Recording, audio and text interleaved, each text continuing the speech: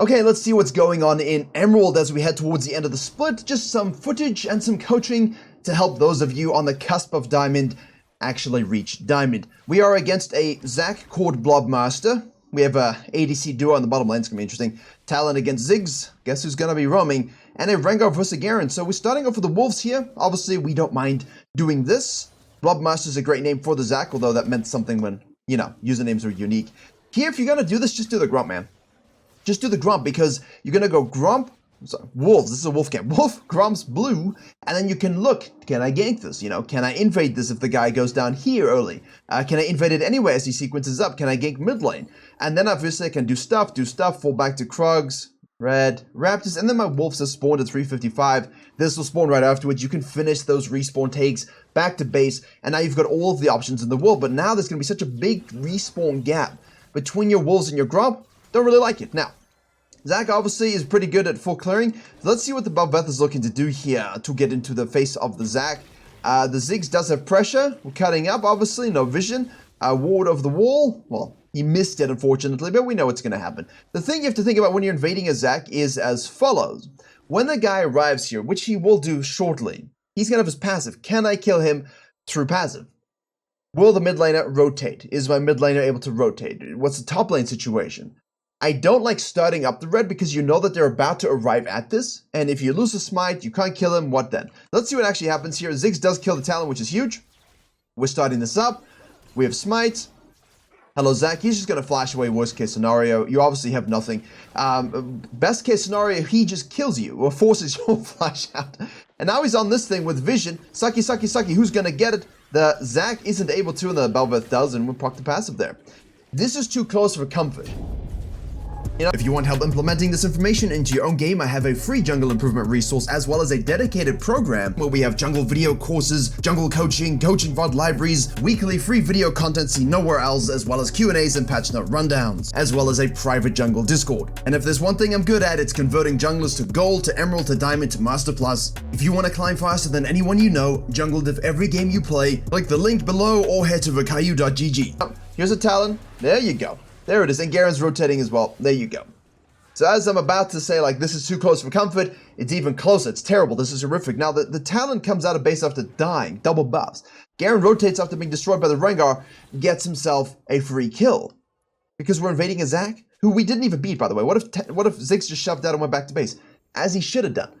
As he should have done. You know, I kill the Talon here, and I see my jungler do ape-like nonsense. I'm leaving. Like, why are you even doing this? Like, I'm super low HP. Garen's going to rotate. Talon's going to have respawned already. Because remember, they buffed the respawn timers. Nerfed if you're the Ziggs, but buffed if you're the Talon. So it's shorter. The guy's going to be back in the map faster than most people can be because he's going to have the home guards and a hippity-hoppity E button. Right? Look at this. And yeah, you beat the Zac because you smited the red. What if he got the red? Right? What if he actually outsmited you? What if Ziggs didn't rotate? Too much coin flip. And if I'm the Ziggs here, I'm like, look, I got TP and I killed the Talon. Shoving the wave, and I'm bouncing. Sorry, see ya. Like, I'm too low for this. It's not worth me dying or you feeding the Talon. Please just stop. And I think junglers, the biggest lesson I can give you is when you're being invaded or when you're doing the invading, if your laners are in kill threat pressure, if your laners are super duper low and have huge tempo advantage, don't force them to rotate for your dumbass plays. I'm a jungler. I say that. And that's also because I play lane. I know a lot of people who play lane. Like, for example, if you get invaded on this randomly and you can live and just go topside, like, say you start blue, you go Grump, you go Wolves, and then someone just does the red side quadrant and invades you here hypothetically, and it's like, well, this sucks. And then we have kill threat on a Draven lane, right? Like, do you want me to seriously ditch my prio, my shove, my kill threat on a Draven to walk all the way up to your Wolf camp for maybe getting something when you could just leave, right? Like, he wasted his time. If you could just leave, go to your Raptors, Red Krugs, and be fine. Like, you shouldn't demand your bottom lane rotate there. It's good to rotate. Like, it's good to rotate to help each other. That's the biggest thing, to play around each other all the time. But you also have to recognize that this invade was a dumb idea, because it's a Zac with passive. Talon can be on the map faster than ever, and Ziggs was super duper low with a huge advantage. And sure, he gets 2 kills back, but you don't. You're compromised now. The Zac now has 2 choices. Do I go down to the bottom scuttle, take that gank bottom lane so I can fall back to the respawn of my Grump? Right? 347, so yeah, you could sink it pretty nicely. Or do I go topside to take this, into ganking this, into taking this, into taking your Wolves and Grump? He has two decisions to make. Do I deny the Bel'veth and get ahead of her, or, like right now, or do I gank a side lane where she isn't and then deny her through camps? Let's find out together where he goes, because you don't know. And if you repeatedly don't know where the enemy jungler goes or could go, right? That's on you. That's because you're giving them advantages. Now, secondly, obviously, the downside of this is you're watching mid lane as you leave the base, hopefully. Always keep an eye on the Talon as best you can. It goes fog before you don't know where he is. You don't know where he is. Like that's where you really want to slap down a ward, except for the fact that, you know, there's a Scry's Bloom. Now, if they hit you with the Scry's Bloom, oh, we saw the Zac. If we hit you with the Scry's Bloom, hey, I know he's there, but a good Talon will just be like, I'm not going to hit that. So, nice aggression by the Talon. We know where the Bel'veth's going to be because she did blue side into the red invade. The Zac's like, yeah, well, I can follow you around as well. Or we can just give it up. I mean, Ziggs has no ability to escape. I was going to say he's no Flash, but he has Flash. Magically, he still had Flash, talking to the camera and trying to pay attention as I would in game. It is what it is. So, Flash is then burned and killed, but I guess the overarching point there from the Zac is, I don't care that he had Flash. I don't care that he has Flash, because I can just kill him anyway. The Bel'veth is stuck here. The guy finally has to TP. Now the Zac's like, hey, I can gank this guy. We should have been pinging this off, which we would. Now Rengar's in a bit of a precarious situation. He does have a cleanse to be used, or root to be used. He also can easily flash over the wall, but the problem is Talon can easily move to these situations, and now he's 1-1-2. And yeah, Zac has no passive, so Rengar can't turn this, which he's going to try and do here, which of course he does. Talon shows up and says, Yippee-ki-yay! Gets a kill. Meanwhile, the Bel'veth is full clearing and farming, down one camp to a Zac who's 1-2-2. And you're 0-1-1 because you're invading lack of awareness on lanes. Tragic. Meanwhile, Yasuo and Rakan going pretty equal with the Twitch and the Tristana. That's because they can all in, right? Like if they can get a lead on them, they can all in. The Tristana also wants to all in and has a rocket jump at a 20+ second cooldown, which resets. But the Twitch is not going to be very useful at this stage. Like his priority should be a bit more in roaming, but there's a Talon. So now he can't. So like you have to ask yourself the question, was it worth the invade on the Zac there, or should I have just tried to kill bottom lane, right? Get my ADCs ahead, because if Tristana's ahead, and Twitch is ahead, that's that red emote, then potentially something can happen. In the bottom lane, there's Zac, we see him. But now, obviously, it's a little bit rough. Ziggs is rotating, level 6. Tristana jumps out. Hey, see, look at this, look at this, look at this. They're doing that without any interaction from the Bel'veth. Imagine if I just full sequence down and ganked that lane and got that lane ahead. What could happen? Ooh, good things. Good things. Because that's how you beat the all-in lane. Make sure that you can out-all-in them, or if they all-in you, you can kite back and then kill them. So the Bel'veth is still 0-1-1, all from that invade. And being shilling. Zac's now like, well, you know, I tried to do stuff, but I went to the wrong side of the map after killing... well, firstly, he shouldn't have died to the Rengar at all. You should have known to keep your space because your Talon was coming up. And obviously then, clear your camps, sequence down, and be here for this fight. Because you, as Zac, should have been here for this fight, right? Because you came down here, you do all of this cool stuff, you cross over, you take this, you gank this, you detach, you take whatever camps are respawning here, hopefully in good sequencing. And then obviously you can cut down here to full clear, keep going, or rotate to the fight. It's as you want. But he greeded, lusted for the Rengar and died. So he got nothing. Nothing at all. And the Bel'veth, again, like, this is boring. The Zac is like, hey, this is fine. Because if I'm useless and you're useless, I'm more useful in that situation. Because I'm a tank. And sure, Zac is a high econ tank and a farming tank. Like, we know this, right? He's not a spam ganking tank. But he will still have usefulness over a behind, non-true form, inting Bel'veth. Right? Just, that's the way it is when you have CC. But he is a high econ tank, so you want to get kills. You want to farm it up. You want 7 CS per minute on Zac. But most people don't play him that way. Something to reflect on if you do play the champion. Meanwhile, Bel'veth is sequencing up. She's level 6. We've got 930 in pocket here. We're looking, hey, can we go top lane? Garen kills the Rengar, obviously. F key, always just pay attention to these things. Zac's going to be in the area. We're saying, oh, maybe I can use my E here for the sucky. One more. Nice flash Q through. Won't take that.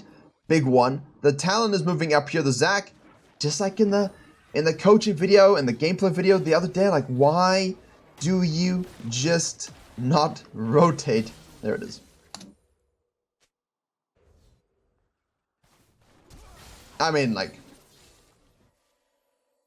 you know, I sympathize, but at the same time, you caused this monster in the first place. But Zac's case is like he's doing this, and he's like, lot of do. He's not thinking about this. Keep your eyes open for it. Jumps into the Ziggs anyway. damage. See, that's why he's a high econ tank. You know that Demonics and Braze, these things are very important. Bel'veth will obviously be on the bottom side now, but I could see a scenario whereby she doesn't go to the bottom side. She just swaps sequencing. Says, look, I'm going to go for the Herald, the RNG Scuttle, just to get some action on the plates, on the gold. But she decides just to be predictable and goes Red Raptors, doesn't even go to the Krugs, isn't rotating to the low HP Talon, because like, hey, what are you going to do? You know, you're just going to jump away, but you still could do something. Like, you could still sit in the fog of war, right? Try something. I like looking for it, just to stop the shove, the wards there, I don't know. Maybe you can't always do something about the situations, but it's better to try and hold the wave. Like, try and kill him, hold the wave, prevent this. Like, look at this. All of this all of this could have been yours for but a simple brain cell working. You know? Could have taken it, held, and you said, what about the Ziggs? Doesn't matter. You know? You're trying to get yourself fed also. Deny him a plate. What if he stayed for a plate and got the plate and left? Extra gold for him for no reason. Zach's just farming it up.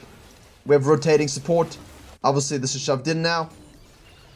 That's great true form. There's Garen going back to base, faking it out. Now it's looking like, obviously, Down's going to go all in on the Twitch. Bleed damage will get him if the order doesn't. There we go. Oof. Now, do we use this early? Oh, did you see that? We saw cheap vision. Cheap vision! Seen on cheap vision. We have fishies, we have this, like, do I want to punch this just yet? Like, I don't really want to, because the Ziggs is not going to have a shoved up lane. The Talon can hold it very, very well. Zac and Rakan and Yasuo rotating kills Hamster Man all over and all over and all over. I'm not entirely sold on taking that turret just yet. There we go. Airborne, ult. Satchel charge. Let's see what happens with this. Because what typically does happen is that the player pushes too far and it creates this V in the map. Like I talk about this in the courses a lot more in depth, but you've got this turret up and this turret up, but this one isn't. So you've got like a V between the turrets of the outermost in each lane. And so this fog of war and this fog of war become big issues for the mid lane who just wants to push. And now you find out as a jungler, you're kind of shadowing this too much rather than playing the game. And, you know, like, again, you don't want your Ziggs or Immobile Mage to be doing that. Ziggs is a little different, but still, right? But still. Dragon spawning. We have Kraken up. We see the Zac here. Good vision, so we know that's a free take. Normally, you don't want to stay out too long with cash money, especially when you have Kraken, but, like, in this case, it's top side. Free. Blue is respawning as well, but you don't want to over-push it. Now he's on the top side. Unlucky. 2 bottom lane. Talon kills a Twitch. You see how quickly the game goes, but we're 1-2-1. You said, like, what have we done wrong? It's all a foundation principle from the invaders. In Emerald Jungle, you gotta stop doing this shit, and you've got to understand when to adapt your pathing early. Like, the biggest thing between an Emerald and a Diamond is your ability to adapt their pathing properly. And again, in Diamond, they still suck. So what happens in Emerald then? You can easily become a Diamond Jungler in Emerald, and you can easily use that to climb through Diamond. Like, see, now we're being too greedy, because obviously everyone's rotating down. You know, like, you don't have kill pressure. Just leave. Like, you should be in base. Oh boy. Oh boy. Oh boy. Here we go again, overstaying. Always overstaying. Level 9. Level 11. Flash is burned. Nice about if he didn't flash, true, but you don't know where the Zac is. Like, you know the Zac's gonna be sequencing, resetting. It was just topside. Like, where is he exactly? Like, is he rotating onto this to kill me? Am I just going to die here because I have gold not spent? Huge amounts of gold not spent. You don't know. It's, by definition, a little bit of a coin flip. And because you didn't reset properly, your tempo's now a little ruined, and the Zac can go for free. Double kill bottom lane. Fantastic. No turret here, so the Ziggs begins to rotate pointlessly. Now, we can go top or bottom with our full itemization. Rengo seems like he might be in a bit of a troubled spot here. Uh-oh. There it is. And remember, Talon being fed all on you. So this rotation is good, but fully expect a face whacking. Told the Zac, right? Always watch the minimap, see if you can spot stuff. Now we have to leave our jungle alone a little bit. Could we go back in? Yes, so I'll start with the walls, be a little sneaky. Just so I know I can get it. Cool. There's the Zac, right? So then maybe I can hit the plant now. Hit the plant, hit the plant, hit the plant. I want to see if someone's coming in my jungle. Hit the plant, right? To see what's up. Because you obviously have the 2v1 scenario. Garen will rotate over as well. So you just want to know that you see them. You want them to know that you see them as well. Too late. Now Garen's rotating. We're just coin flipping if we can get it or not. We don't. Like, just give it up. If you have to give it up, give it up. End of story. It sucks, but doesn't matter. It's all because of you anyway. Because as I said, you should have based here. This should have all been taken already. Which means this kill here you're looping back to versus rotating to before your camps. And now instead of saying, cool, I rotated, got the kill, I can push this up and bounce. It's, hey, I got the kill, now I've got all these camps I need to take, but Zach's in the area with Garen rotation. Got to start to speed up your thinking in Emerald. 100%. People do not think fast enough in this elo from where they want to go. And it's not the inting laners, because you don't impact the laners enough, you don't deny the enemy jungler enough, and you don't control your tempo enough. Basically, the 3 big problems of Emerald junglers, right? Those are the big 3 problems. And with those problems in mind, the Talon kills the Tristana again, and now everyone's out of position, so you want to blame your lanes? Don't. Your lack of impact on them is huge, and that's why I said these are the biggest problems of Emerald junglers. You know, head in the sand, cause a domino effect against them by a play that doesn't make a lot of sense because their game knowledge is a little lacking. And sure, they're inting now. Sure, Tristana going in and dying shouldn't happen. Sure, the Rengar going in. If he dies, here shouldn't happen. Sure, I agree with you. But if you just understood the back timing there for the tempo of the map, you'd be in a better spot. Really, you would.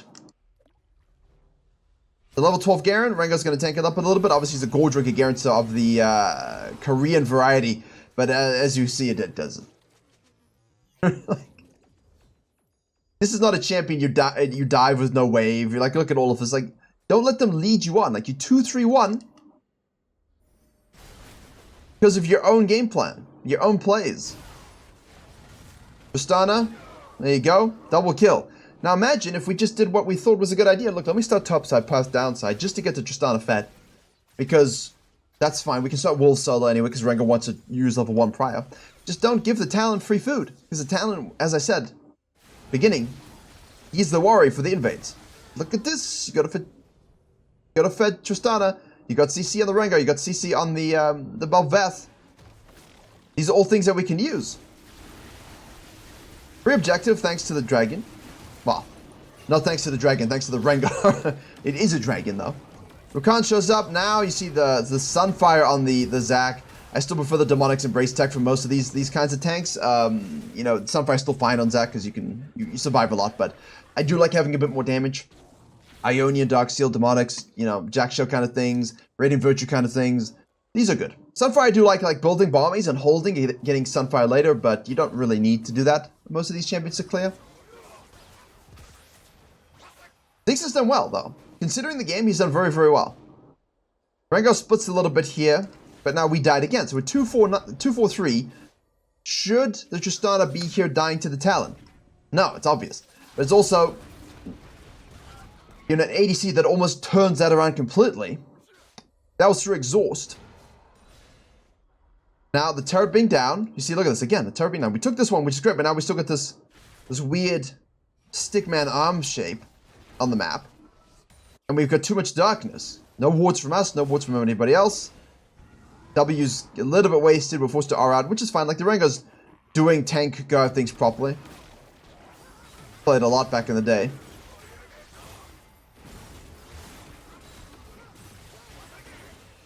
See, like, I'm just watching how long he can survive there just with gold drinking. Broken item. Stronger Rengar, but he's too deep. Shouldn't be. But where are we? Not even, like, push up the wave. Like, I know Talon's there. Like, where are you going? Where are you going? Talon's pushing this up. Go hold this. Why are you going to Wolves? You know? Go up front. Hold it. If he dives, you try and kill him. Otherwise, just respace yourself. You got flash. You should be okay. You should actually be fine. Talon knows he can die. So he doesn't. So we just go for the Herald for Truest True Form, which is again fine, but don't let this stuff compromise your actual jungling. Now we're just going into the jungle. Why? You know? Why are we doing these things? We're detached from the game completely. Now what? You're going to cut this wave here, and what? Get seen so people can rotate to you. Miss out W. Twitch is here. Uh-oh. Uh-oh. Twitch support is inting my games. Post in Discord. Look, I see 243. You know what happened. How'd the Talon get fed, guy?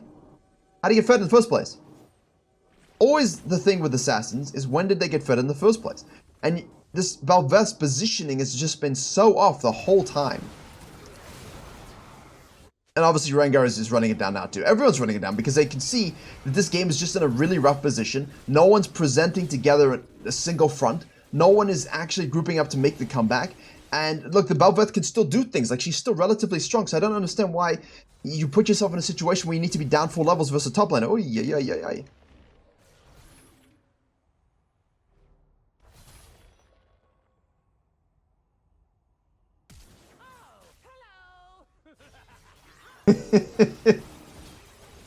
Got him at the expense of Baron. Got him at the expense of Baron. Unbelievable. No camps down here. I don't know. Terrible Herald. Just whiffling, waffling, no econing. Zach's got the same CS as us. Not like he has the highest KP either, but, you know, we have all the dragons, which is great. But it's not enough in Emerald to get to Diamond, guys. You gotta think differently about this stuff. Really, you do. Now, Garen versus Tristana, up 3 levels. Does pretty good down 3 levels, but Garen. Yeah. You see what I'm saying, though? If you're an Emerald player? Cover this a lot in coaching classes as well. In private Discord, we have a lot of Emerald players there. You know, getting people stable with this kind of stuff because it's a big shift, right? The mentality shift, the flow shift, the skill set that changes, the reads you kind of have to start to make, the spacing recognition, all of this stuff. Like, why are we flanking around the backside? You know, we're thinking too much about the soul here at the expense of our base. Like, all of our minds are in the wrong place. So your mechanics can be good enough to get you to Emerald just by being selfish and farming and maybe playing like this and coin flipping, but it's not going to be enough to get through it. So when we say Emerald's a filthy elo, and it is a filthy elo, I agree with you. Look at this game. Talon got fed from a rotation after being solo killed. He leveraged that to huge advantage and ended up carrying the game with it. The Zac just shadowed him a little bit and cut off the Bel'veth's ganking angles and got those laners ahead and then just vibed. And he just did what was necessary to win the game. That's the most important thing. Sometimes it's low KP and objectives and farm. Sometimes it's more. Sometimes it's just engaging one time on someone who's important. You don't always have to have the highest KP and 1200 CS a minute, right? It's playing towards a win condition. That will get you through Diamond as well. The Bel'veth hasn't done that. Very selfish player. Wrong pathing. Terrible reads. Unlucky.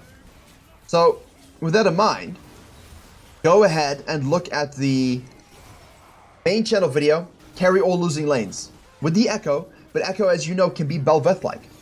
Well, Bel'veth can be Echo-like, you know, assassin, someone who scales with gold.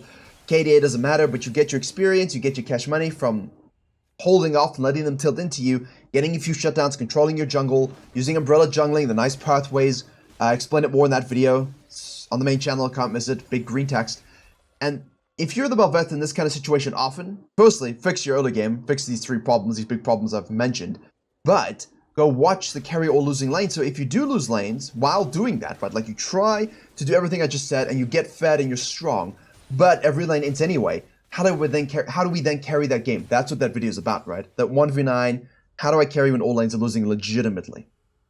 If you can master those 2 things, there's no reason why you shouldn't end Diamond. You've got enough time, but you have to be consistent about this. And the Bel'veth here was a great example of a lot of what not to do and why you're stuck in Emerald, because next game she might pop off, and this game she didn't. You know, like you can see, she's still doing a lot of damage here, down a couple levels, versus fed teams. You know, but it's not enough. It's not enough. So Zac shows up. They have no ADC, which means sadness for our all-inable team. That's what I wanted to say. Our team is very susceptible to being all-in, and when they have no ADC, that's not what you want. But yeah. Tragic game. Fell off the rails very quickly, but again, the whole game plan was just completely off. I didn't like it, and sometimes that's all it takes. Sometimes that's all it takes. So, thank you very much for watching. Hopefully you learned something a little bit more serious this video, I think, but that's okay sometimes. Virkayu.gg for your courses and specific coaching classes and all that good stuff that gives you all of the jungle juice. As always, thank you for watching, and I'll see you all in the next one.